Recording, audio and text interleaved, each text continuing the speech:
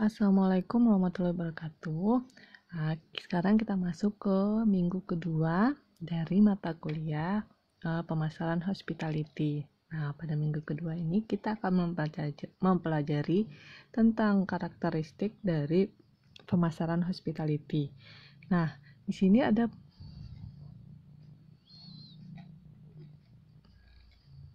di depan awal tadi kalian sudah mempelajari tentang apa itu hospitality dan juga ruang lingkup dan pemasaran hospitality. Nah, di sini kita akan mempelajari tentang karakteristik dari hospitality. Tapi sebelum kita masuk ke karakteristik, kita perlu tahu apa sih budaya dari pemasaran hospitality ini. Jadi beberapa manajer itu berpendapat jadi operasi itu hanya ada dalam pengertian barang yang berwujud. Dengan demikian, manajer restoran siap saji yang berpikiran bahwa mereka hanya menjual hamburger kerap memiliki karyawan yang lamban dan kasar, fasilitas yang tidak menarik dan kotor, serta cuma sedikit pelanggan yang datang kembali. Nah, salah satu tugas penting bisnis pariwisata itu adalah mengembangkan sisi jasa dalam bisnis itu demi pengembangan budaya jasa yang kuat. Jadi, budaya jasa itu fokusnya itu kepada pelayanan dan kepuasan pelanggan. Jadi, budaya jasa itu harus dimulai dari manajemen puncak yang kemudian mengalir ke bawah. Nah, di sini contohnya ada budaya jasa yang diterapkan oleh Isadora Thorpe di Four Seasons Hotel. Jadi melalui komunikasi dengan karyawannya, kebijakan ke perusahaan dan tindakan pribadi, di mana keyakinan bahwa pelanggan adalah hal nomor satu dari Four Seasons Hotel tersebut melalui komunikasinya dengan karyawan, melalui kebijakan perusahaan dan juga tindakan pribadi. Nah, keyakinan bahwa pelanggan adalah nomor satu di Four Seasons itu dipegang teguh oleh semua karyawan. Jadi semua karyawan itu disodorkan harus mengetahui apa sih budaya organisasi di Four Seasons Hotel.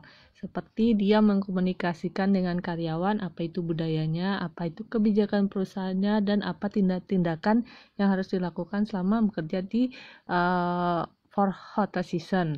Nah, di sini budaya jasa itu terlihat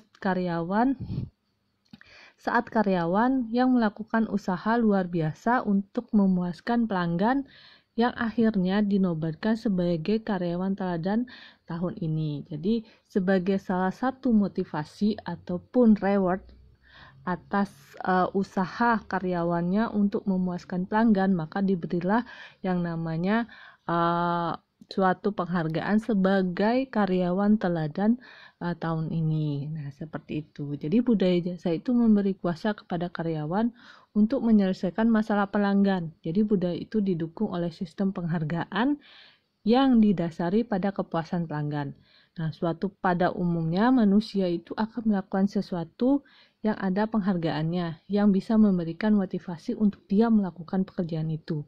Nah, bila sebuah organisasi ingin memberikan produk yang bermutu, maka budaya organisasi itu harus mendukung dan menghargai perhatian terhadap kebutuhan pelanggannya.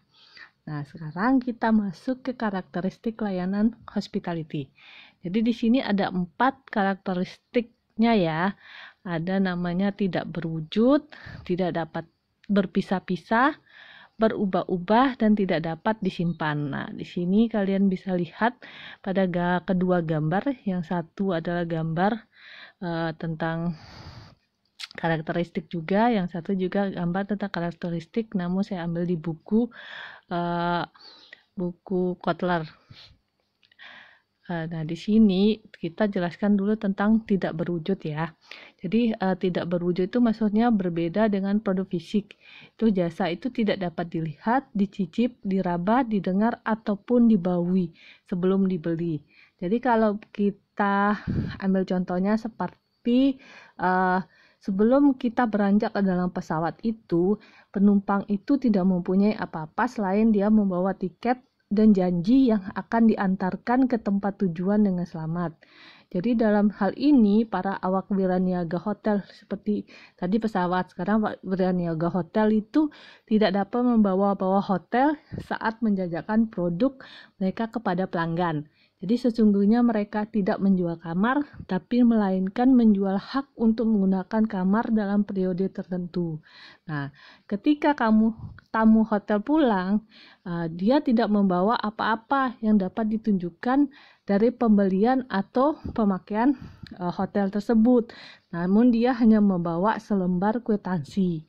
Ya, jadi menurut pengamatan Robert Lewis itu mereka itu membeli jasa memang pergi dengan tangan kosong tetapi tidak dengan kepala kosong. Jadi mereka mempunyai kenangan yang dapat diceritakan kepada orang lain ketika bertemu teman atau relasi yang ingin melakukan perjalanan ataupun menginap di tempat yang sama mereka tuju sebelumnya. Nah, untuk mengurangi ketidakpastian yang disebabkan oleh ketidakterwujudan, jadi pembeli itu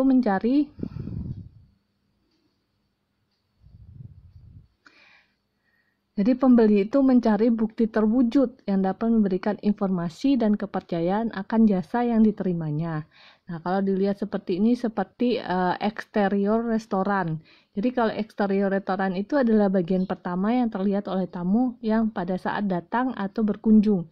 Jadi kondisi halaman dan kebersihan restoran itu secara keseluruhan menjadi tolak ukur seberapa baik restoran itu telah dikelola. Jadi beraneka ragam wujud menjadi signal dari mutu pelayanan yang tidak berwujud.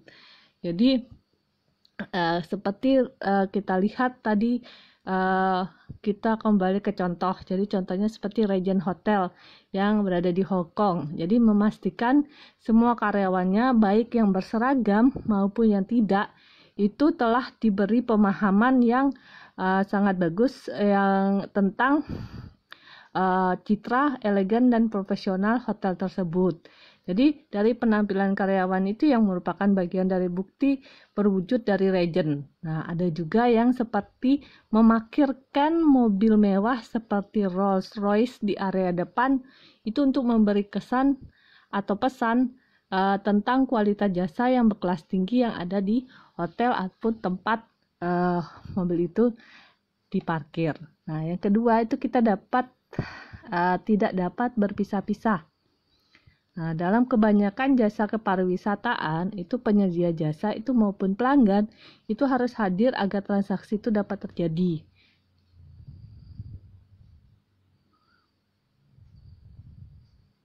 Jadi di sini itu karyawan yang berhubungan dengan pelanggan itu merupakan bagian dari produk. Jadi sebuah restoran bisa saja menyediakan makanan yang luar biasa, tetapi bila pelayanannya mempunyai perilaku yang buruk atau tidak melayani dengan sepenuh hati, maka pelanggan itu akan menilai rendah pengalamannya di restoran itu secara keseluruhan, yang dimana mereka tidak akan merasa puas dengan pelanggannya. Nah, hal ini tidak dapat dipisah-pisahkan pada jasa seperti juga berarti bahwa pelanggan itu merupakan bagian dari produk. Jadi sepasang sejoli mungkin saja memilih sebuah restoran karena di sana tenang dan romantis. Tetapi bila kemudian sekelompok tamu yang ramai dan ribut ditempatkan di ruang yang sama dengan mereka, maka pasangan itu tentu akan merasa kecewa. Kenapa? Jadi di sini manajer tuh harus mengelola para pelanggannya sehingga mereka tidak menciptakan ketidakpuasan bagi pelanggan yang lainnya. Itu maksudnya tidak dapat berpisah-pisah. Sekarang kita masuk ke 3, karakteristik yang berubah-ubah. Jadi jasa itu memiliki sekali variasi. Jadi kualitasnya itu bergantung pada orang yang menyediakannya, serta kapan, di mana jasa itu diberikan. Nah, ada beberapa penyebab berubah-ubahnya jasa. Jadi jasa itu dihasilkan dan dikonsumsi secara berkesinambungan dan sehingga membatasi pengendalian mutu. Adanya fluktuasi permintaan atau penaikan permintaan yang menimbulkan kesulitan untuk menjadikan produk yang konsisten selama periode ramainya permintaan. Jadi misalnya contohnya seperti di restoran yang tiba-tiba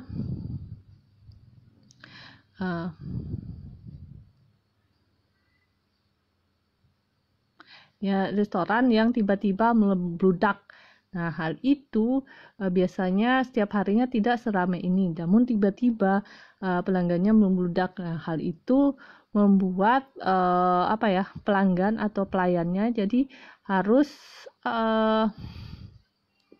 tidak bisa memberikan pelayanannya secara maksimal.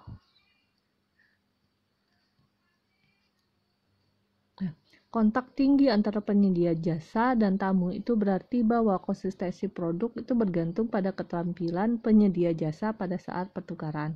Maksudnya seorang tamu itu dapat menerima jasa yang sangat baik pada suatu hari, namun biasa-biasa saja pada hari berikutnya dari orang yang sama.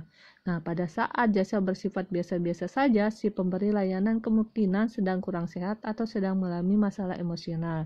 Nah, sifat berubah-ubah atau kurangnya konsistensi produk itu merupakan penyebab utama kekecewaan pelanggan dalam industri pariwisata maupun perhotelan atau dalam industri hospitality. Nah, terakhir adalah karakteristik tidak dapat disimpan. Jadi, jasa itu tidak dapat disimpan. Maksudnya di sini contohnya itu sebuah hotel dengan kapasitas 100 kamar yang hanya mampu menjual 60 kamar pada satu malam, itu tidak dapat menyimpan 40 kamar yang tidak terjual itu untuk kemudian menjual 140 kamar pada malam berikutnya. Jadi pendapatan yang hilang karena 40 kamar yang tidak terjual itu tidak akan pernah kembali karena jasa tidak dapat disimpan. Beberapa hotel mengenakan biaya jaminan pemesanan kamar saat pemesan membatalkan diri. Jadi restoran-restoran juga mulai mengenakan biaya pada pelanggan yang tidak muncul setelah pemesanan tempat. Jadi mereka juga menyadari bahwa bila seseorang tidak muncul padahal sudah memesan tempat, peluang untuk menjual tempat itu sudah hilang. Jadi jasa itu dimasukkan untuk memaksimalkan pendapatan. Mereka harus mengelola kapasitas dan permintaan karena mereka tidak dapat menjual inventaris yang tidak terjual itu pada waktu berikutnya.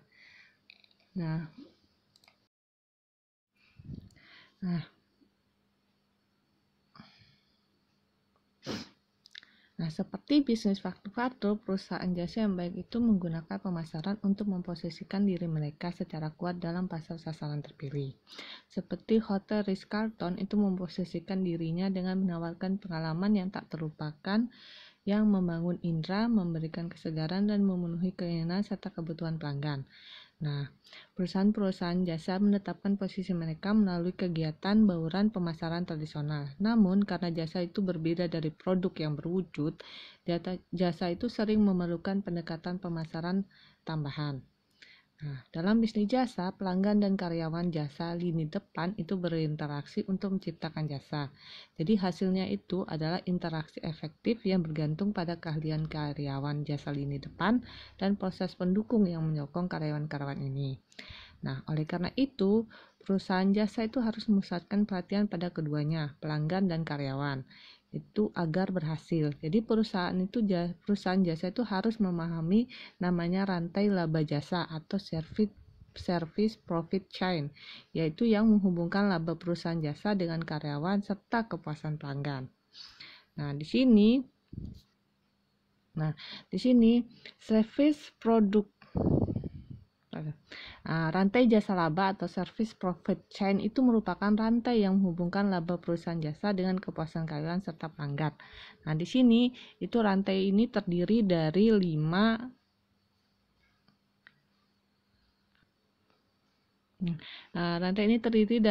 hubungan. Seperti pada gambar, itu ada 5 hubungan. Pertama itu adalah kualitas jasa internal, yaitu pemilihan karyawan yang bagus dan pelatihan, lingkungan kerja yang berkualitas, dan dukungan kuat bagi karyawan yang berurusan dengan pelanggan yang akan menghasilkan. Nah, yang kedua itu ada karyawan jasa yang puas dan produktif. Jadi karyawan itu yang lebih puas, setia, dan bekerja keras itu yang akan menghasilkan pelanggan atau menghasilkan laba. Nah, nilai jasa yang lebih besar itu maksudnya sini ada kreasi nilai pelanggan dan penghantaran jasa yang lebih efektif dan efisien, itu yang akan menghasilkan rantai profit laba. Terus yang keempat itu adalah pelanggan yang puas setia, maksudnya pelanggan puas yang tetap setia akan mengulangi pembelian atau datang ke restoran atau hotel atau pariwisata dan memberitahukan kepada pelanggan lain seperti melalui word of mouth, jadi memberitahukan kepada kolega, teman dekat atau keluarganya, atau kepada pelanggan lain yang memiliki tujuan yang sama seperti mereka atau ingin pergi ke tempat yang mereka pernah mereka kunjungi. Nah, laba dan pertumbuhan jasa yang sehat, maksudnya itu adalah kinerja perusahaan jasa yang sehat. Jadi untuk mencapai tujuan laba dan pertumbuhan jasa itu dimulai dengan memperhatikan orang yang melayani pelanggan. Seperti di sini ada pendiri Southwest Airlines yang legendaris bernama Herb Kelleher. Itu di sini dia itu selalu mengutamakan karyawannya. Kenapa? Karena jika karyawan gembira dan merasa puas serta berdedikasi dan energik, itu mereka akan memperhatikan pelanggan dengan baik. Karena seperti itu. Karena itulah Herb Kelleher ini itu mengutamakan karyawannya. Nah, oleh karena itu pemasaran perusahaan jasa itu memerlukan lebih dari sekadar pemasaran eksternal tradisional. Karena itu di sini terdapat 3 tipe pemasaran dalam industri jasa. Jadi pertama itu ada internal marketing, yang berarti bahwa perusahaan jasa itu harus mengorientasikan dan memotivasi karyawannya yang berhubungan dengan pelanggan dan mendukung orang-orang pelayanan untuk bekerja sebagai satu tim guna memberikan kepuasan pelanggan. Nah, contohnya di sini seperti Ritz-Carlton yang mengorientasi karyawannya secara sesama, yaitu menanamkan rasa kebanggaan di dalam diri mereka dan memotivasi mereka dengan mengakui dan menghargai setiap pelayanan yang mereka berikan kepada pelanggan. Nah, di sini ada pemasaran interaktif. Jadi pemasaran interaktif ini adalah yang berarti bahwa kualitas jasa itu sangat bergantung pada kualitas interaksi pembeli dan penjual selama transaksi jasa. Jadi dalam pemasaran produk, kualitas produk itu sekali-kali hanya sedikit yang bergantung pada bagaimana produk itu diperoleh. Tetapi kalau dalam pemasaran jasa itu, kualitas jasa itu bergantung pada penghantar jasa dan kualitas penghantarannya. Nah, karena itu pemasaran jasa itu harus menerapkan keahlian pemasaran interaktif. Nah, di sini seperti Ritz-Carlton seperti yang tadi itu.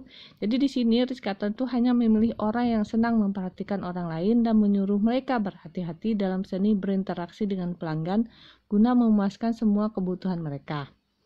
Nah, yang terakhir itu di sini ada contoh. Nah, pelanggan itu bisa masuk ke web Charles Schwab dan mengakses informasi rekening, lisensi investasi, kuotasi terkini perdagangan setelah jam kerja dan pusat pembelajaran Schwab. Nah, pelanggan juga bisa berpartisipasi dalam acara online langsung dan bercakap-cakap secara online dengan perwakilan jasa pelanggan. Nah, pelanggan yang mencari interaksi yang lebih pribadi bisa menghubungi perwakilan jasa lewat telepon atau mengunjungi kantor cabang Schwab setempat. Nah, oleh karena itu, Schwab telah menerapkan pemasaran interaktif pada tingkat menelpon, mengklip, dan mengunjungi. Nah, yang terakhir itu ada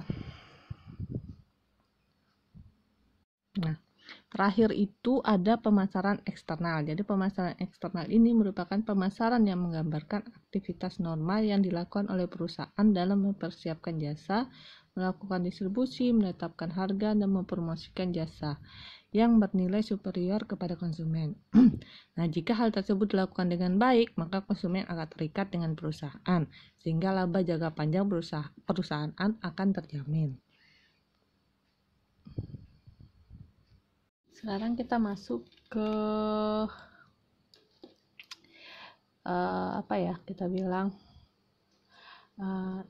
dengan meningkatnya persaingan dan biaya dewasa ini serta menurunnya produktivitas serta kualitas, maka dibutuhkan lebih banyak kecanggihan dari pemasaran. Nah, perusahaan-perusahaan jasa itu menghadapi tugas untuk meningkatkan 3 area utama pemasaran, yaitu pembedaan terhadap pesaing, kualitas jasa, dan kualitas produktivitas.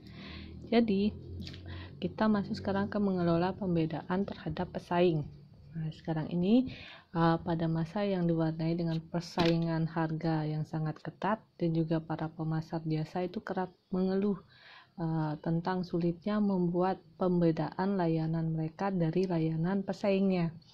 Nah, sejauh para pelanggan menganggap sama pelayanan dari berbagai penyedia jasa, mereka kurang tertarik pada siapa penyedianya, tetapi lebih tertarik pada harga. Nah, adapun jalan keluar dari hal ini yaitu pengembangan tawaran, pengiriman, dan citra yang dibedakan. Jadi tawaran itu dapat mencakup ciri inovatif yang menempatkan tawaran satu perusahaan lepas dari tawaran perusahaan lain. Nah, contohnya di sini seperti penerbangan yang memperkenalkan inovasi-inovasi seperti tayangan film selama terbang, pemesanan tempat di muka, layanan telepon di udara, dan program penghargaan bagi pelanggan yang sering terbang. Nah, untuk yang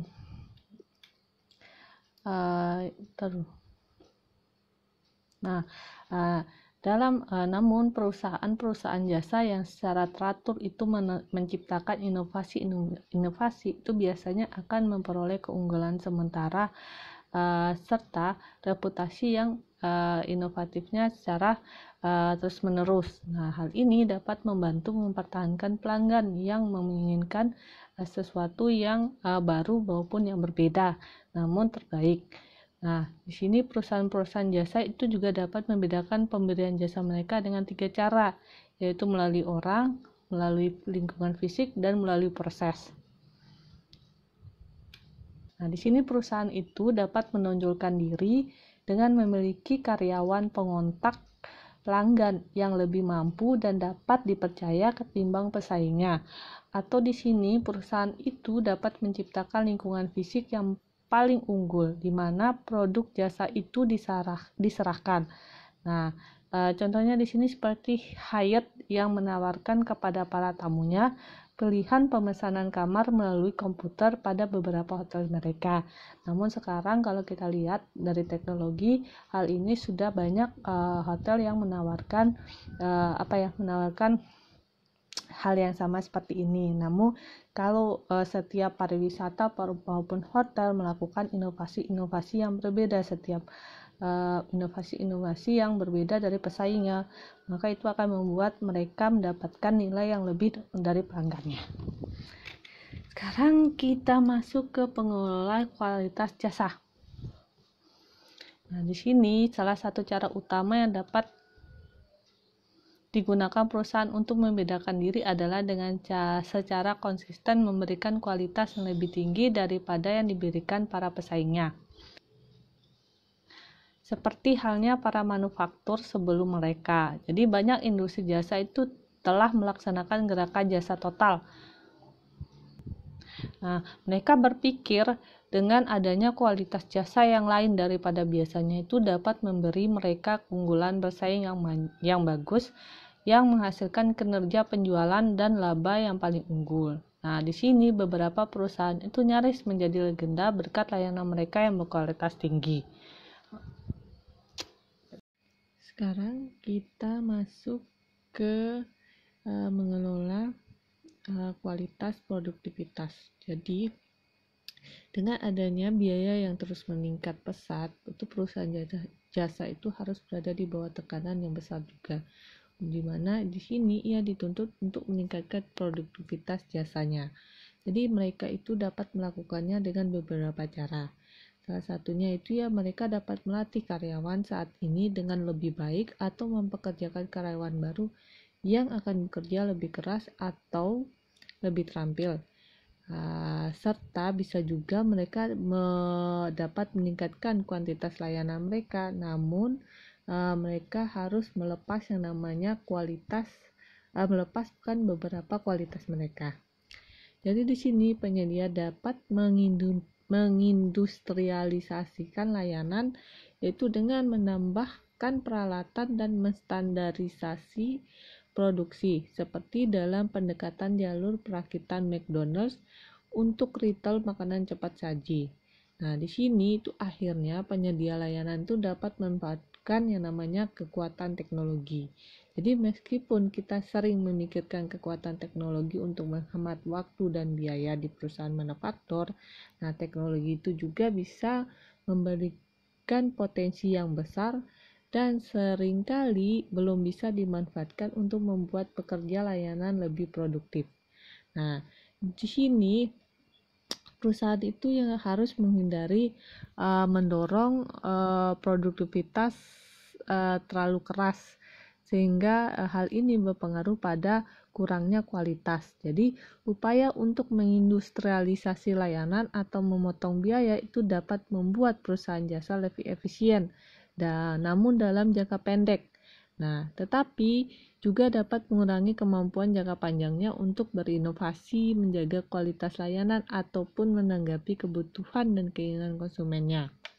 Jadi di sini kita contohkan misalnya, beberapa maskapai penerbangan itu telah mempelajari pelajaran ini dengan susah payah saat mereka berusaha menghemat dalam menghadapi kenaikan harga atau biaya. Jadi mereka di sini itu berhenti menawarkan hal-hal kecil secara gratis. Seperti dulu misalnya kalau kita mau naik pesawat, pasti kita dikasih yang namanya kotak gratis atau makanan gratis. Nah, seperti itu. Namun, karena adanya kenaikan biaya ini, maka akhirnya dimulailah dengan mengenakan biaya tambahan untuk segala hal. Nah, mulai dari check-in bagasi yang melebihi berat yang sudah ditentukan di tepi jalan hingga kursi lorong juga itu mendapat yang namanya harus mengeluarkan biaya. Nah, hasilnya adalah pesawat itu penuh dengan pelanggan yang merasa berat dan terpaksa untuk menaikinya karena maskapai yang mereka inginkan tidak dapat. Nah, ataupun mereka terburu-buru. Nah, dalam upaya mereka untuk meningkatkan produktivitas, maskapai penerbangan ini malah mengacaukan layanan kepada pelanggannya. Jadi, dalam upaya meningkatkan produktivitas layanan, perusahaan itu harus memperhatikan bagaimana mereka menciptakan dan memberikan nilai kepada pelanggan. Nah, singkatnya itu, mereka itu harus hati-hati untuk tidak mengambil layanan yang sudah mereka belikan dari layanan yang sudah mereka belikan. Kayak gitu. Jadi contohnya seperti tadi, awalnya dikasih makanan gratis, tiba-tiba harus bayar. Nah, rata-rata dari beberapa pengamatan dari yang kemarin-kemarin pernah naik pesawat, itu banyak yang tidak membeli karena mereka malas sudah keluar uang bayar tiket, terus bayar check-in, terus sekarang di atas pesawat mau minum atau apa, mereka harus mengeluarkan uang lagi. Dan biasanya harga di atas pesawat itu beda dan sangat mahal dari harga yang di luar pesawat produksinya, kayak gitu. Sekarang kita masuk ke mengelola atau menyelesaikan komplain pelanggan. Jadi banyak perusahaan jasa itu telah berinvestasi besar-besaran untuk mengembangkan namanya sistem penyampaian layanan yang efisien dan efisien. Nah, mereka ingin memastikan bahwa pelanggan itu akan menerima layanan berkualitas tinggi secara konsisten di setiap pertemuan layanan. Nah, di sini tidak seperti produsen produk yang dapat menyesuaikan mesin sama inputnya sehingga semuanya sempurna kualitas layanannya. Namun di sini kualitas layanan itu selalu bervariasi dan itu pun tergantung pada interaksi antara karyawan dan pelanggan. Nah, di sini itu masalah pasti terjadi. Jadi, sekeras apapun mereka coba, bahkan perusahaan terbaik sekalipun terkadang terlambat yang namanya mengirimkan adapun masakannya yang gosong atau karyawannya yang pemarah. Nah, perusahaan itu tidak selalu dapat mencegah masalah layanan, tetapi dapat belajar darinya.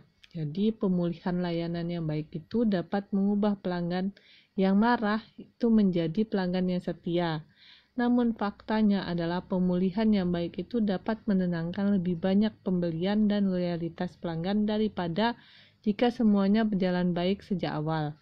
Oleh karena itu, banyak perusahaan harus mengambil langkah tidak hanya untuk memberikan pelayanan baik setiap saat, tetapi juga untuk memulihkan kesalahan layanan. Nah, di sini untuk mendapatkan penyelesaian keluhan yang efektif, manajer tuh harus memperdayakan karyawan layanan garis depan. Nah, untuk memberi mereka otoritas, tanggung jawab, dan insentif yang mereka butuhkan untuk mengenali, peduli, dan mengurus kebutuhan pelanggannya. Contohnya di sini misalnya ada Hotel Marriott. Hotel Marriott itu menempatkan karyawannya dalam pelatihan pemberdayaan, di mana mendorong mereka untuk melampaui pekerjaan biasanya untuk memecahkan masalah pelanggan. Jadi karyawan itu diberdayakan sehingga dapat bertindak cepat dan efektif untuk mencegah masalah layanan yang dapat mengakibatkan hilangnya pelanggan.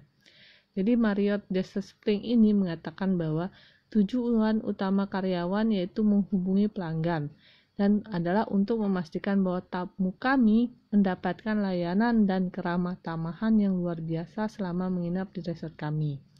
Jadi di sini karyawan itu terlatih dan diberi wewenang untuk melakukan apapun di tempat untuk membuat tamu senang. Nah, mereka juga diharapkan untuk membantu manajemen menemukan penyebab masalah para tamu dan untuk menginformasikan manajer tentang cara-cara untuk meningkatkan layanan hotel secara keseluruhan dan kenyamanan para tamu.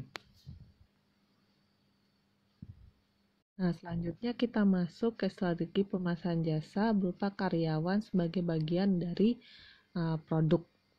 Jadi di sini itu dalam industri perhotelan itu karyawan adalah bagian yang penting dari produk maupun bauran pemasaran, di mana hal ini merupakan Departemen Sumber Daya Manusia dan Pemasaran yang harus bekerja sama secara erat. Jadi di restoran itu tanpa Departemen Sumber Daya Manusia, pengelola restoran itu berfungsi sebagai pengelola sumber daya manusia. Jadi itu manajer itu harus mempekerjakan karyawan yang ramah dan cakap serta merumuskan kebijakan yang mendukung hubungan positif antara karyawan dan tamu. Nah, bahkan sampai detailnya itu terkait dengan kebijakan personalia itu dapat berdampak signifikan pada kualitas produk. Nah, dalam organisasi perhotelan itu dikelola dengan baik. Jadi di dalam perhotelan itu ada dua pelanggan. Pertama ada pelanggan yang membayar dan yang kedua adalah karyawan. Jadi tugas untuk melatih dan memotivasi karyawan untuk memberikan layanan pelanggan yang baik itu disebut pemasaran internal. Jadi dalam industri perhotelan itu tidak cukup hanya memiliki departemen pemasaran yang berfokus pada pemasaran tradisional ke pasar eksternal yang ditargetkan. Nah, tugas departemen pemasaran di sini itu termasuk mendorong setiap orang di organisasi untuk mempraktekkan pemikiran yang berorientasi pada pelanggan. Jadi ada kutipan dari Search of Excellence berikut ini yang menggambarkan betapa pentingnya karyawan yang terlatih dalam operasi perhotelan. Jadi di sini itu diceritakan ada dua orang yang memutuskan untuk menginap dan makan malam di Washington DC, dan memutuskan untuk menghabiskan malam mereka berdua. Jadi di sini mereka ingin memiliki reservasi di dekat Four Seasons yang baru.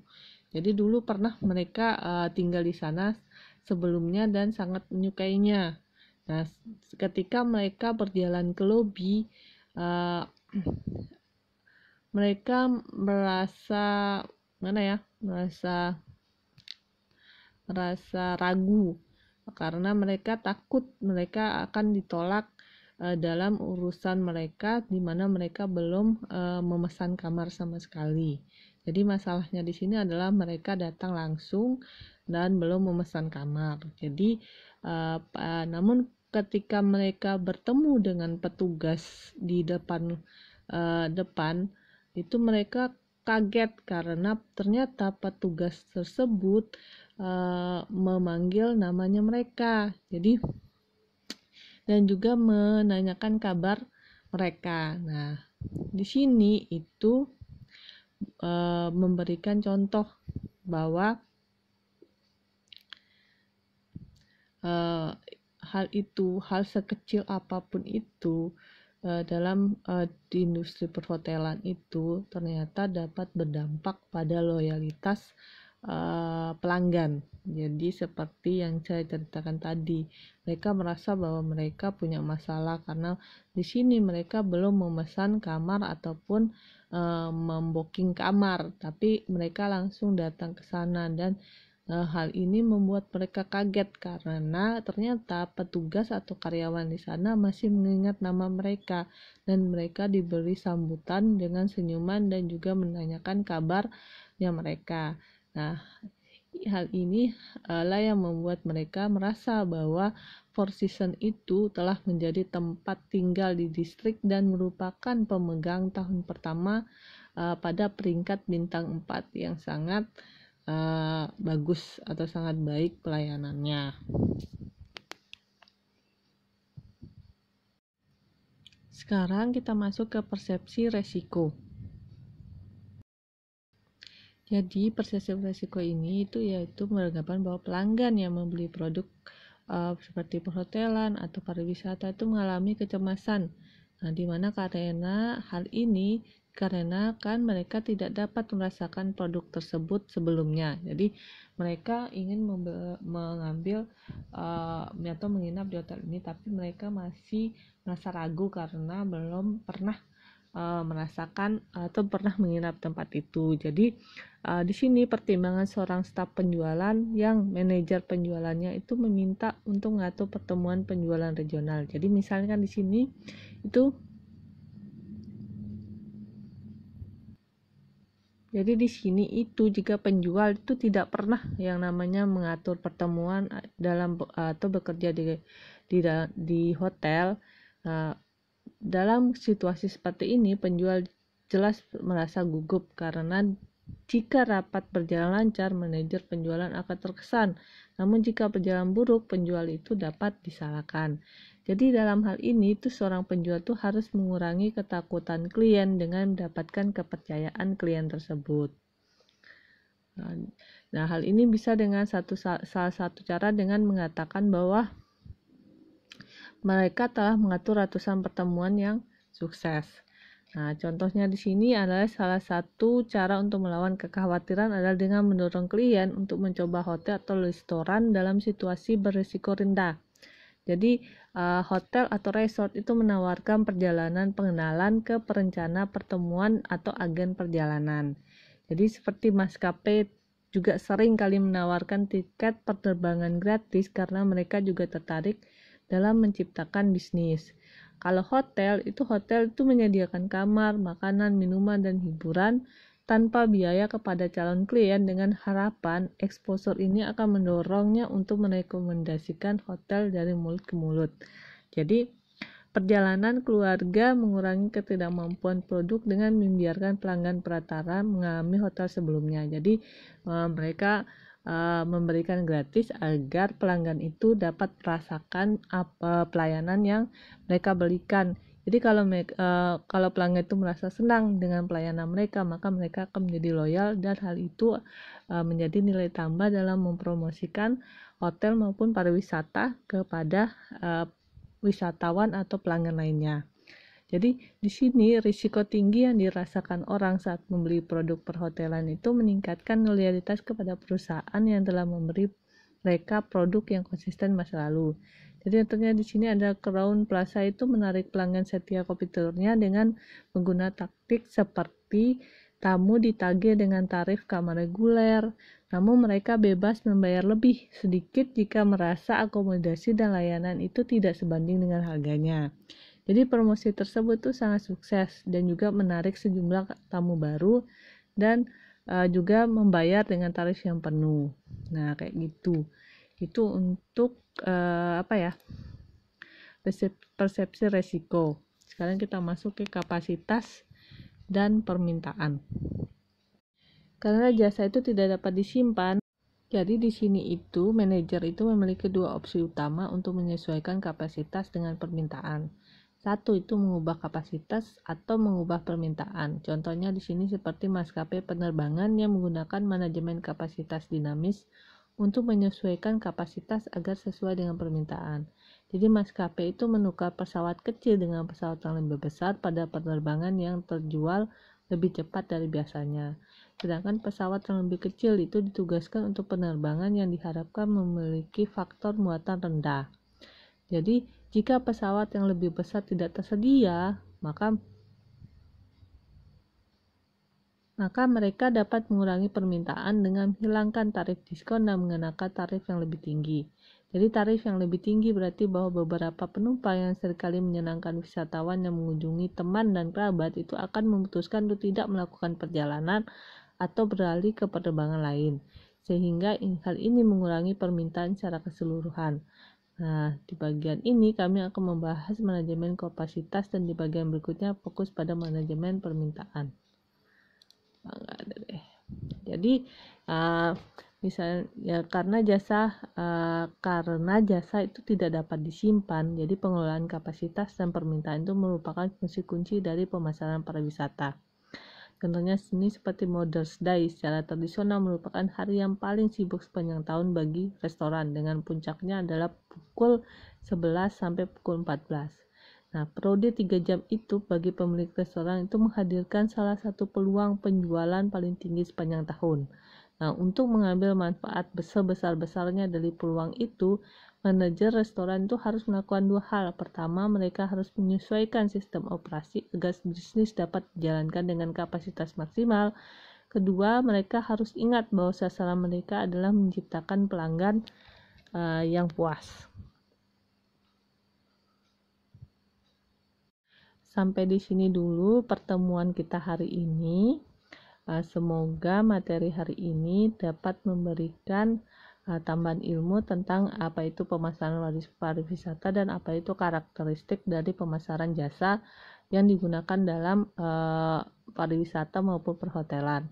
Jadi saya tutup perkuliahan hari ini. Wabillahi taufiq wal hidayah. Assalamualaikum warahmatullahi wabarakatuh.